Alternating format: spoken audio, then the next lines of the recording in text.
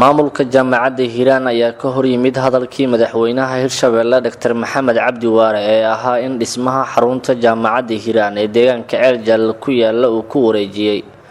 wasaaradda waxbarashada Soomaaliya si looga dhigo xarunta jaamacadda ummadda faraceeda Beledweyne. hadalkan waxaa ka dhawaajiyay maamulaha guud ee jaamacadda Hiiraan Ustaad Axmed Maxamed Nuur Qoslaaye. maamulaha ayaa sheegay in xarunta jaamacadda Hiiraan ay dhismaheeda iska kaashadeen dad reer Hiiraan ah oo ku sugan dalka iyo dibadiisa, isla markaana aysan awood u lahayn in Hirshabelle ay si sahlan ku bixiso xarunta jaamacadda Hiiraan faraceeda Beledweyne. Bismillahir Rahmaanir Rahiim. waxaan rabnaa in maanta aan ka hadalno aan cadeeno war ka soo yeeray madaxweynaha Hirshabelle taasoo ahaa inuu jaamacadda Hiiraan uu ku wareejiyay wasiirka waxbarashada asna uu ku wareejiyay jaamacadda ummadda Soomaaliyeed. warkaas wax ka jiro oo alla unta malahan madaxweynaha wuxuu bixin karaa wuxuu asiga authority u leeyahay hanti qaas u leeyahay wuu bixin karaa wax ay Hirshabelle leedahayna wuu bixin karaa. jaamacadda Hiiraan sida aan ka warqabno waxa aas-aasay oo dhisay oo ilaa hadda garab taagan bulshada reer Hiiraan oo dhan dhismaheeda waxa iska laha reer Hiiraan oo dhan wax ay Hirshabelle ay bixin karto ay dad ay siin kartana ma ahan. waxa lagu aas-aasay reer Hiiraan lacagii laga soo aruuriyo dhan dal iyo dibad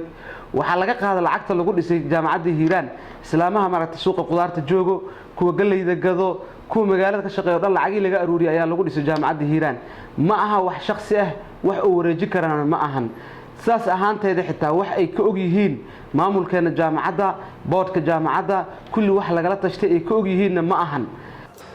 wuu sii hadlay maamulaha jaamacadda Hiiraan Ustaad Axmed Maxamed Nuur Qoslaaye waxa uu shaaca ka qaaday in madaxweynaha Hirshabelle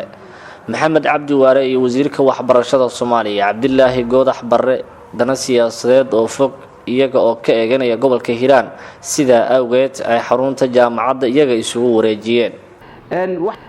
waxaan annaga oo soo gaartay oo waxa ay tahay oo kaliya ah in ay ma aragtay isku dhac kore ay jiro ay isku dhacsan yihiin madaxda jaamacadda boodka jaamacadda Hiiraan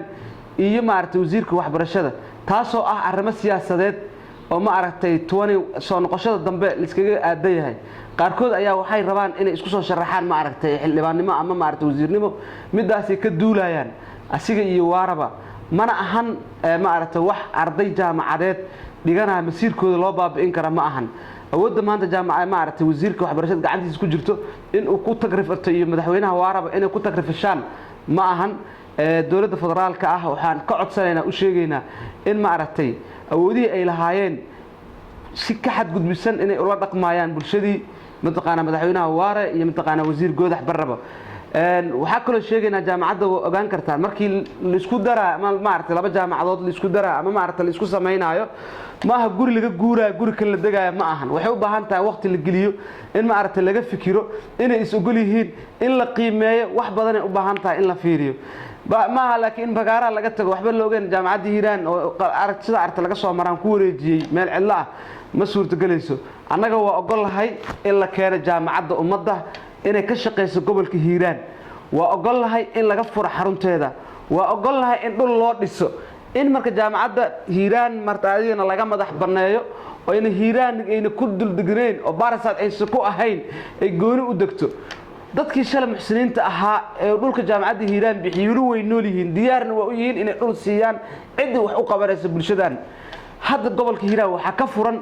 in baasha siyaasadda ku sheegaya waxa ka furan 7 jaamacadood ka furan